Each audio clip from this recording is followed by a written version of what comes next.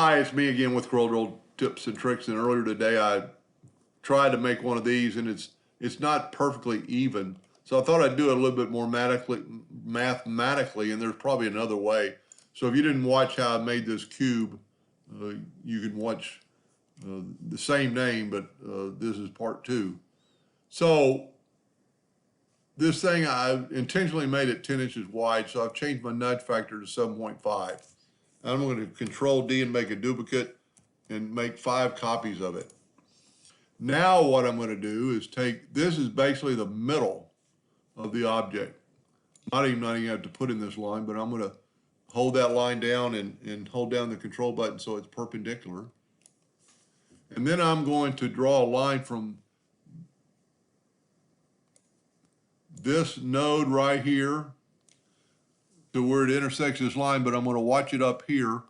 And if we're not exactly right, which I'm probably not, I'm a little bit off, what you can do is double click on your line and move your rotation to there. Then you can zoom in, double click on your line till you get that symbol, and then it should snap to it. Now we should be able to mirror this, so we could take this one and hit the plus key on our keyboard and mirror it. We'll at least get that same angle, and then we can just kind of move it over to that spot. So this is our line that we need. Then take this and hit your plus key on your keyboard, and we want this node on that line, but we want the block on that X, and I'm almost there. This would be a good point to change your nudge factor to 0.001. Grab your block and minutely, well, this thing is so big, I need to make it probably 0.01. Forgot how big I made this thing. And then maybe move it up a little bit so it's on that line. Then we're going to use our friend the blend tool, so we're going to open up effects and blend. And we're going to hit the shift key. We're going to blend them 3 times because we need 5. So that looks equal to the other one.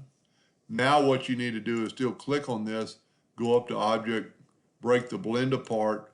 I'd go ahead and break the group apart, ungroup it. Then grab that one, hold down your shift key, grab that one, and blend it 3 times. So now it's a little bit evener. As you can see, the middle, they look like parts of a star. So now we just need, well, one, we need to break the blend apart, and we need to ungroup it. And then we need to take these and ungroup everything, because that's what we're going to use, and I'm probably going to do the same thing I did earlier. I want to take this panel, hold down the shift key, that panel, and that panel, and go up to object and order and front of page. Now again, I did the same thing. I need to take this one and go order front of page. That's pretty cool design. It looks like the blocks are twisted. And like before, if you'll take let's take a really light gray, put it to the back of the page, and it actually stands out a little bit. Let's take away the outline. Let's actually try using a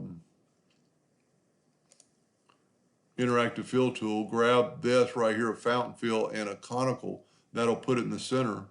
And then let's make this a little darker on the outside. Pretty cool effect. I hope that helped a little bit, and thank you for watching.